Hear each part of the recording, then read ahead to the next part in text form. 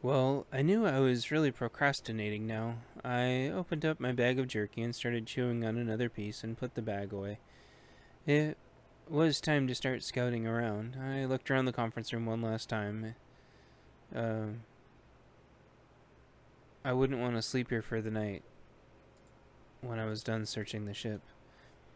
I could feel a little bit more of a draft as it cooled down outside, and I didn't like being this close to the outside anyway without something more solid between me and the rest of the world.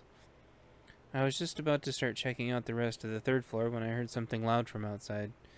It sounded like a clanging from outside and a deck below, out by the ladder that I had come from. I hadn't closed the little gate around the ladder.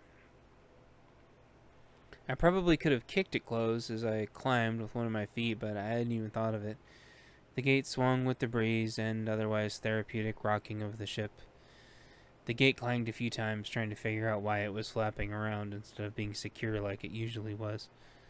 There was a brief lull in the steel slamming as I imagined the gate teetering in mid-swing in ponderance about how to resolve the situation.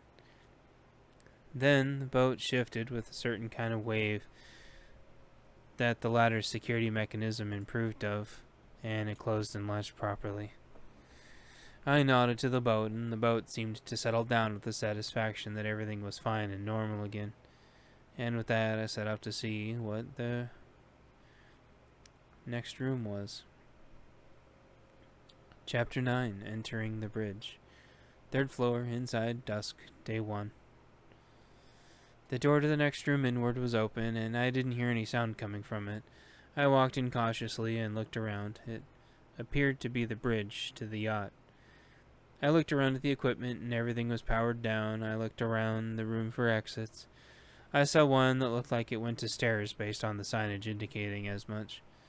I walked to the other available entryway, and it looked like it went to the captain's quarters. Since that room looked like the next most interesting, it's where I went. From a brief glance around, this room told me the second half of the story of what happened. Pictures of Sealth on the night of darkness had been printed out and posted all over the room with clear tape. Someone must have been sending them to the ship's captain somehow before everything went completely offline. I looked at the pictures as their scenery got progressively worse. There were pictures of the normal everyday protests that people had become so accustomed to that the topics were all but ignored. Signs of such unrecognizable gibberish that nobody even understood the references anymore, including the people holding them. I remembered the running joke that a preschooler's crayon gibberish was more legitimate and reconcilable statement. The pictures progressed into some Doppler pictures of the tropical storm on that fateful night. I saw a sticky note on the printout that said, "What do I do?" I panned over to the next pictures of nervous store shopping and signs on the windows that said, "Cash only." A sticky note underneath that said, "What should I do?" The power clearly out, and it started to become evening in the picture story. I thought back to my version of these moments and remembered I was still sleeping. I'd been much further south, and the outages didn't reach my location for a few more hours. I panned to the next images, and they were of empty store shelves and the beginnings of panic. Another sticky note. What should I do? The writing was looking progressively more nervous. At this point, I think I started to put the pieces together. Just to make sure, I panned over to the next picture. There were bodies on the ground. The windows were smashed. The next pictures were from high up in a building looking down. There were some fires and what looked like a statue being dragged down the street by a pickup truck. I also noticed in the picture in the dark there was a young lady close to the camera's lens holding a notepad to the camera. She looked like she'd had a rough night, and I noticed she had a backpack on the floor next to her. She had smudged her face up a lot, maybe to make her look less attractive, probably to move around the city easier. The notepad had a message written in big letters. It was in thick black letters on white paper. "Don't come. Leaving city with friends. Love you, Dad." It had a drawing that maybe looked like a code only the two would understand. I looked at the carnage outside. It looked like the chain restaurants and stores were on fire, but What did the statue ever do to them? I looked for a second and tried to figure out which one it was. The statues looked like they resembled firefighters, so I figured it was near the Firefighters Memorial in Pioneer Square. I guess the anarchists really wanted to see the city burn and thought it would be ironic to rip the statues out. The anarchists had been ripping out statues all over recently, or trying to, so I guess this one had just been on their to-do list for the night. The last word stung so much. Dad. It must have been horrible to be out here on a ship and knowing that your daughter was in that with all those dirtbags, but he was the ship's captain. He had a whole ship full of families to take care of, didn't he? I looked around for more information and only saw some maps. There was obviously no sizable crew currently on this ship. I wonder if he had dropped them off somewhere, maybe an island that was nearby. There were tons, though, so they could be anywhere without a clue to point in the right direction. I saw one map that had been sitting out that looked like it had been paid special attention to.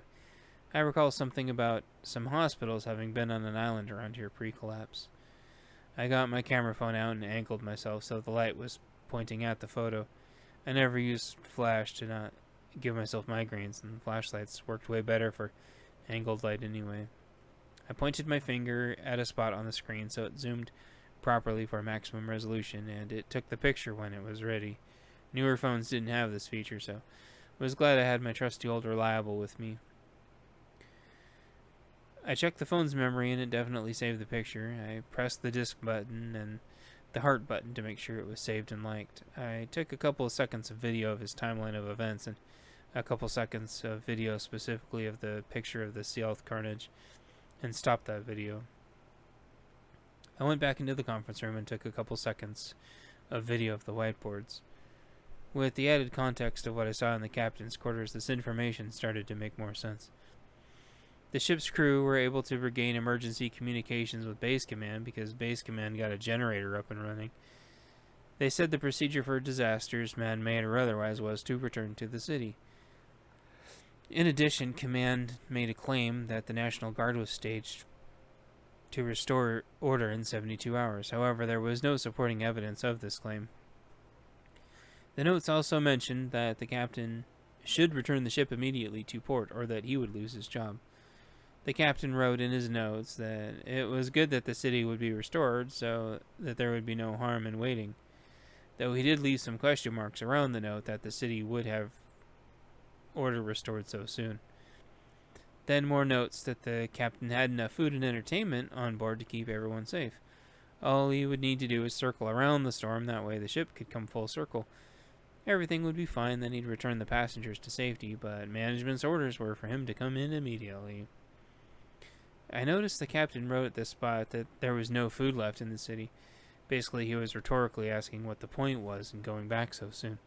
Like it was suspicious demanding them to be back, probably an insurance thing. There had been a lot of scrutiny on non-U.S. cruises, and several travel agencies had gone under recently. Regardless, I can see his logic here. He had food on the ship, and they had safety. Do the most for the greater good, you know.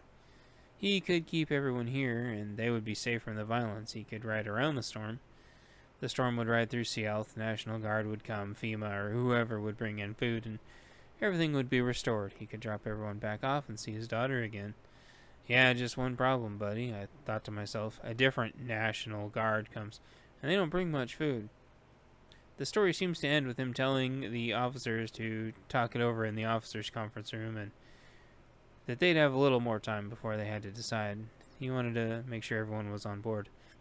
Pun had been intended. I went back to thinking it through. Obviously something happens because there's no conclusion of sorts on this board, and they never docked back in Sealth, so I set out to find the officers' conference room. I went back to the bridge and looked around. There was nothing I could tell that was left to check. I didn't want to stay up here for the night, and there was still plenty left of the ship to explore. I had to remember also that there was still a person on board that I would need to hopefully peacefully engage with sooner rather than later. With that done, I went to the stairs and headed down to the second floor.